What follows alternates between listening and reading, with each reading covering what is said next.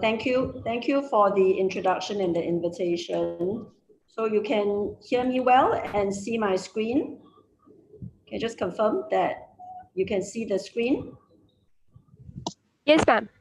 Okay, all right. So thank you for the invitation. Breast cancer. These are my disclosures. As you know, triple-negative breast cancer is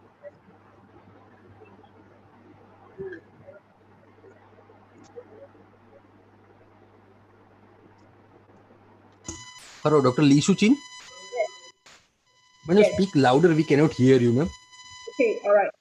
Can you hear me now? Perfect. Go ahead. So, however, we also know that triple-negative breast cancer is not a single entity, but rather it's a highly heterogeneous disease with many subtypes with different prognosis. There are various ways to attempt to classify and characterize TNBCs, but unfortunately, most of these do not have any therapeutic implications. Now, if you look at general strategies to improve TNBC outcomes, on the one hand, we could develop better tests to select patients for existing therapies. But on the other hand, which is probably more important, is to develop novel therapeutics, preferably with companion biomarkers. And in the last 2 years, there have been a number of key advances in terms of novel therapeutics in metastatic TNBCs, and importantly, some of these have predictive biomarkers. So for example, in 2018, 2 PARP inhibitors were approved for triple-negative breast cancer, for HER2-negative breast cancer, and here the biomarker is germline BRCA deleterious mutation. Last year, there is an immune checkpoint inhibitor, atezolizumab, that was approved for first-line triple-negative breast cancer, and the biomarker is PD-L1. And then more recently, in April this year, we have a novel antibody drug conjugate that is approved for refractory TNBC. And in phase 3 randomized trials, and very promising, are 2 AKT inhibitors, where there is also a potential biomarker in the form of PTEN-AKT, PI3K alteration. So in my talk, I will review the key data for these 4 novel classes of agents for triple-negative breast cancer. So starting first with PARP inhibitors. So as we know, PARP inhibitors are developed really targeting against tumors with homologous recombination deficiency, and BRCA mutant cancer is a poster child of these kinds of cancers. So essentially, BRCA mutant cancers which demonstrate homologous recombination deficiency are unable to perform a double-stranded DNA break damage repair, and so they are highly reliant on the alternative pathway of base excision repair, and this therefore giving PARP inhibitor results in synthetic lethality. And one of the first demonstration that this works clinically was a trial, phase 1 trial that was published more than 10 years ago, and this was single agent olaparib in 19 BRCA mutation carriers with a variety of refractory cancers, of which 3 had breast cancers. And in this study, one breast cancer patient had CR lasting more than 60 weeks, and another breast cancer patient had PR lasting 28 weeks. So this eventually resulted in the 2 phase 3 randomized trials that were published in 2018, the Olympiad trial that evaluated olaparib and the Embracer trial that evaluated talazoparib. So both are phase 3 randomized trials, and the study design are very similar, with similar target population of patients with germline BRCA mutation, HER2-negative metastatic breast cancer. Both trials had about 50% of patients who were triple-negative breast cancer. Both trials allowed up to 2 to 3 prior lines of palliative chemotherapy, but in actual fact, about 30 to 40% of patients were receiving this as first-line treatment, and about 20 to 30% of patients had prior platinums. Randomization was 2:1 to single-agent PARP inhibitor versus physician's choice single-agent chemotherapy, which could either be capecitabine, eribulin, or vinorelbine in both trials, and there is an additional choice of gemcitabine in the Embracer trial. Primary endpoint was progression-free survival. So the efficacy signals of these 2 trials are very similar. So firstly, objective response rate was doubled with PARP inhibitor, from 30% with physician's choice chemotherapy to about 60% with PARP inhibitor. And importantly, both PARP inhibitors induce a quite substantial complete response rate of about 5 to 10% compared to quite low of less than 2% with chemotherapy. The primary endpoint was progression-free survival, and this was met in both trials with hazard ratio of about 0.55 that is quite concordant between the two trials, and an absolute gain of about 3 months in median PFS in the two trials that is again quite similar. Overall survival data has already been reported for both trials and is similar that both trials did not show an overall survival benefit. Based on the PFS data, US FDA had approved both PARP inhibitors for treatment of HER2-negative metastatic breast cancer with a germline mutation, BRCA mutation in 2018. So this class of agents are applicable to 10 to 20% of TNBC patients with germline BRCA mutations. But of course, the big question is, can more TNBC patients benefit from PARP inhibitors? Because we know that this class of agents are targeting homologous recombination deficiency, and germline BRCA mutation is just one subset of these patients. So there's a lot of talk to look for BRCA-ness or HRD-ness or PARP-ness to find more patients who could benefit from PARP inhibitors. And indeed, while the prototype biomarker for homologous recombination deficiency is germline BRCA mutations, there are a number of other prospective biomarkers that are being tested in various tumor types. And I think just want to highlight to you that there's recent data suggesting that another group of patients, i.e. those with germline PALB2 mutations, may be sensitive also to single agent PARP inhibitor, be it olaparib or talazoparib in breast cancer. Another important insight from PARP inhibitor treatment in BRCA germline mutant tumors is that single agent PARP inhibitor activity in BRCA mutant tumors serves as important proof of concept of synthetic lethality in an appropriately selected population. However, it is also clear that single agent PARP inhibitor has limited mileage even in BRCA mutant tumors. So for example, not everyone with BRCA germline mutation responds, even in the frontline setting. So there is a recent neoadjuvant single agent talazoparib trial in BRCA mutant breast cancer that reported a very encouraging PCR rate of 53%, but in this same trial, a good 40% of patients had moderate and extensive residual cancer burden at surgery, indicating that they had suboptimal response to the treatment. Moreover, in the metastatic setting, patients will invariably develop resistance despite initial response, and no one is cured with single agent PARP inhibitor. So it is underscoring the fact that combination therapy is the future. So what are some rational PARP inhibitor combinations that are actually being developed to target the DNA damage response of the DDR pathway? So if we come back to first principles, we know that there are three major components in the DDR pathway. So the first is the DNA damage repair pathway, for which PARP is one of the components. And the main activities here is to detect and repair the DNA damage. There's a second key component, which are checkpoint regulators, whose role are to slow down cell cycle to allow time for repair. And the third component are pathways that determine cell fate, such as apoptosis, immune system, etc., that send cells beyond repair to senescence or death. So the rational combinations will include combinations of PARP inhibitors with various of these components, and this is why you can see that there are a number of these kinds of combinations in early clinical trials now. So PARP inhibitor combining with DNA damaging agents, for example, chemotherapy or radiotherapy, PARP inhibitors together with another DNA damage response inhibitor, with checkpoint regulator inhibitors, with immunotherapy, or even with drugs to induce homologous recombination deficiency. And some of these trials are already bearing fruition, and we see recently the Mediola trial that was published, and this is the concept of combining PARP inhibitor olaparib with an immune checkpoint inhibitor durvalumab, and this induced a very promising objective response rate in patients with germline BRCA metastatic breast cancer, of which half the patients had TNBC. So we really expect a lot of exciting data to come out from these combinations in the near future. So moving on to the second new class of agents for triple-negative breast cancer, and these are the immune checkpoint inhibitors, which has been hailed as the new cure for cancer. And indeed, among breast cancer subtypes, TNBC is more likely to respond to immune checkpoint inhibitors for various reasons. They have high tumor mutational burden, they're more likely to have tumor-infiltrating lymphocytes, and also more likely to express PD-L1.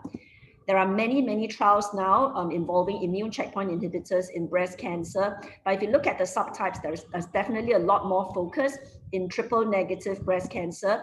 And if you look at the agents that are being tested, atezolizumab and pembrolizumab are currently leading the race in breast cancer. So if this is the status of immune checkpoint inhibitors, just really focusing on agents or regimens for which there is some readout from phase 3 randomized trials. So in the metastatic first-line setting, there are 2 phase 3 randomized trials where there is already data, atezolizumab and pembrolizumab in combination with chemotherapy. In the metastatic second, third line setting, there is a single agent pembrolizumab trial, and in the neoadjuvant setting, pembrolizumab in combination with chemotherapy. But among all these, currently there is only one combination that is approved by the US FDA, that is first line atezolizumab combined with chemotherapy. So if we were to look at early phase data for atezolizumab in triple negative breast cancer as a single agent, it was first studied in the large phase 1 trial of 116 metastatic TNBC patients. And there are a number of key observations that objective response rate is higher when it is used in the first line setting and in PD-L1 positive tumors versus negative tumors. Median duration of response is quite long at 21 months, and this is the overall survival curve where you see that tail end or plateau in that survival curve, which is what we hope to achieve with immunotherapy. In combination with chemotherapy, atezolizumab is combined with nab-paclitaxel in this phase 1b trial of 33 metastatic TNBCs. And again, objective response rates were more likely if used in the first line setting and in PD-L1 positive subgroups. So overall, putting all these early phase data together, the key take-home message is that the immune checkpoint inhibitors such as atezolizumab have more efficacy if it is used earlier on in the treatment in PD-L1 positive tumors in combination with chemotherapy. And in a small proportion of patients, you do see durable response and long survival. So this then led on to the landmark IMpassion130 trial, which is a phase 3 randomized trial in a first-line setting in metastatic triple-negative breast cancer. 900 patients were enrolled who were unselected for PD-L1. 40% of patients were PD-L1 positive using the Ventana SP142 assay, and they were randomized 1:1 to nab-paclitaxel plus placebo versus nab-paclitaxel plus atezolizumab, and co-primary endpoints were PFS and OS of the ITT and the PD-L1 positive subgroup. The addition of atezolizumab improved objective response rate, but this is more so in the PD-L1 positive population than in the ITT population. Similarly, there was improvement in PFS, but again, more so in the PD-L1 positive population. But the most important data from this trial is the overall survival gain that was seen in the PD-L1 positive population, where the hazard ratio is 0.62. You see very convincing separation of the overall survival curve and an absolute gain of 9.5 months in median OS. However, the p-value was not calculated because it actually did not meet criteria for formal evaluation, but nonetheless, these data were submitted to the US FDA that granted it accelerated approval as first-line treatment for PD-L1 positive TNBC in March last year.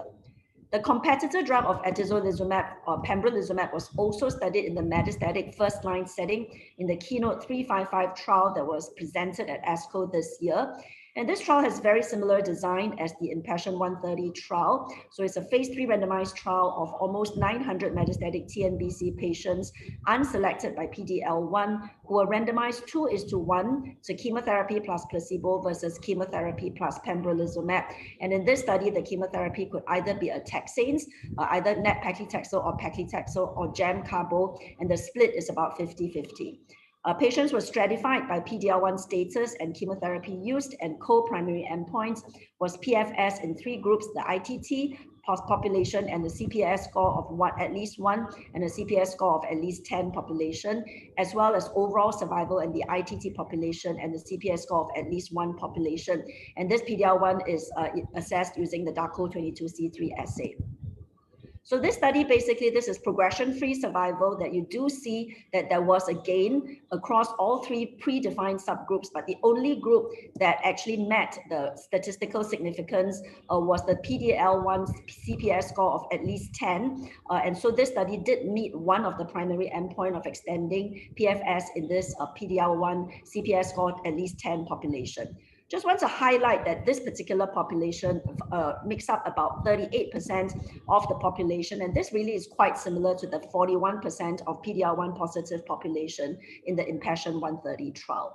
Now, pembrolizumab was also studied in the neoadjuvant setting, actually much earlier on in 2017 in the I-SPY 2 trial, which is a phase 2 adaptive randomized design trial.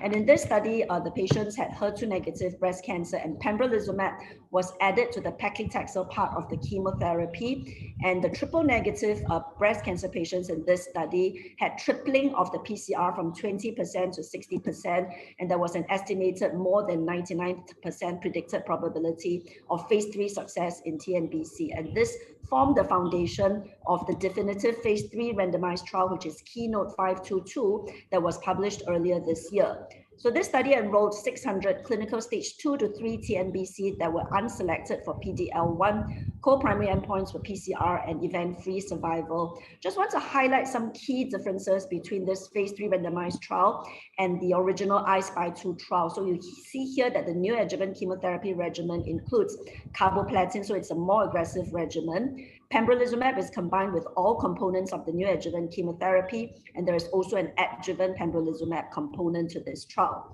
This study met both co-primary endpoints. So firstly, PCR was improved by 15% from 50% to about 65%.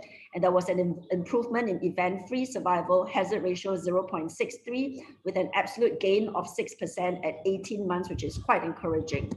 Interestingly, in this study, PD-L1 expression did not select for patients who benefited from pembrolizumab, although intriguingly, PD-L1 positive tumors were more likely to achieve PCR with or without pembrolizumab.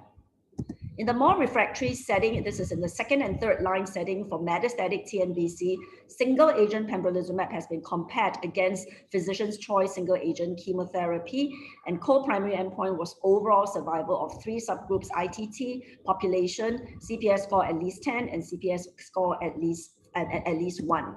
So unfortunately, this was a negative trial. So you see, this is the overall survival curve for the 3 subgroups of interest that were predefined, not significantly different, but in an exploratory analysis of a very positive PD-L1 positive subgroup using CPS score cutoff of 20 and above. Here you do see separation of the overall survival curve, although this was an exploratory analysis. So if we were to summarize where we are in terms of immune checkpoint inhibitors in TNBC, in the metastatic first-line setting, about 40% of patients who are PD-L1 positive, we have 2 different trials that showed that the combination of chemotherapy and IO is superior to chemotherapy, although only one of these combinations, which is the atezolizumab combination, is currently approved by the US FDA. In the neoadjuvant setting for clinical stage 2 to 3 disease, the addition of pembrolizumab to combination chemotherapy has been shown to improve pathological complete response and event-free survival, although this regimen is not yet approved by the US FDA. In the second, third line setting, in the metastatic setting, single agent pembrolizumab has not been shown to be superior to single agent chemotherapy, although there is some hints that if we super select patients who are very PD-L1 positive using a CPS score of at least 20, there may be some benefit, but that's an exploratory analysis. Moving on to the third novel class of agents, that's sacituzumab govitecan, which is a first-in-class antibody drug conjugate where the payload is SN38, which is the active metabolite of irinotecan, and the target is TROP2, which is expressed in more than 80% of TNBCs. Now, this agent was studied in the phase 1/2 trial in 108 metastatic TNBC patients who are quite refractory, median 3 lines of prior palliative therapies with a range of up to 10, treated with single agent sacituzumab. And this agent induced very promising objective response rate in 1/3 of the patients and durable response in 10% of patients that lasted at least a year. So based on this data, the drug was granted accelerated approval by the US FDA in April this year. Now, in an earlier version of this trial that was published and presented in 2017, there was a potential predictive biomarker in the form of TROP2, which could distinguish between responders versus non-responders, although this was not included in the US FDA approval in April this year. This drug is currently the efficacy is being confirmed in the phase 3 randomized trial ASCENT in refractory TNBC patients, where patients are randomized to sacituzumab versus physician's choice chemotherapy. The fourth class of agents are AKT inhibitors, of which there are 2 promising agents, ipatasertib and capivasertib, which have already been evaluated in phase 2 randomized trials in the first-line setting in combination with paclitaxel. And both trials have shown very similar efficacy signals, that you see this modest PFS benefit in the ITT population, but much more obvious benefit in a subgroup of patients with PIK3CA AKT-P10 alteration. So the efficacy of these agents are currently being tested in phase 3 randomized trials. So I've described to you 4 new classes of agents for triple-negative breast cancer. You can see that there is a paradigm shift now in the management of triple-negative breast cancer, where the focus is on novel therapeutics with companion diagnostics. So what we are expecting in the future is to routinely test a number of biomarkers that can then point us to a number of drugs, all for therapeutic implications. So to end up, I'd like to propose a treatment algorithm for metastatic triple-negative breast cancer in 2020, given our current state of knowledge. So if resources permit, it will be valid to test 2 new markers for TNBC patients, namely PD-L1 and germline BRCA mutations, as these will have therapeutic implications and can divide the patients into 4 groups. So of course, the majority of the patients, more than half, would still be negative for both PD-L1 and BRCA, and in which case chemotherapy remains the only treatment option. But a third of the population would be positive for tumor PD-L1 but negative for BRCA, in which case atezolizumab plus chemotherapy is a valid first-line option if resources permit. Then there is another group of patients, probably about 10 to 15%, who are PD-L1 negative but BRCA mutation positive, where PARP inhibitor is an additional treatment option. For practical purposes, probably most people would use chemotherapy first in these patients, perhaps prioritizing the use of platinums and then reserving PARP inhibitors for later line treatment. And then there's a 4th group of patients. So these are the lucky few patients who actually are positive for both PD-L1 as well as BRCA mutation. So they have the most treatment options. And in these patients, again, if resources permit, atezolizumab and chemotherapy can be used as first-line therapy, and then the other treatment options can be used later on.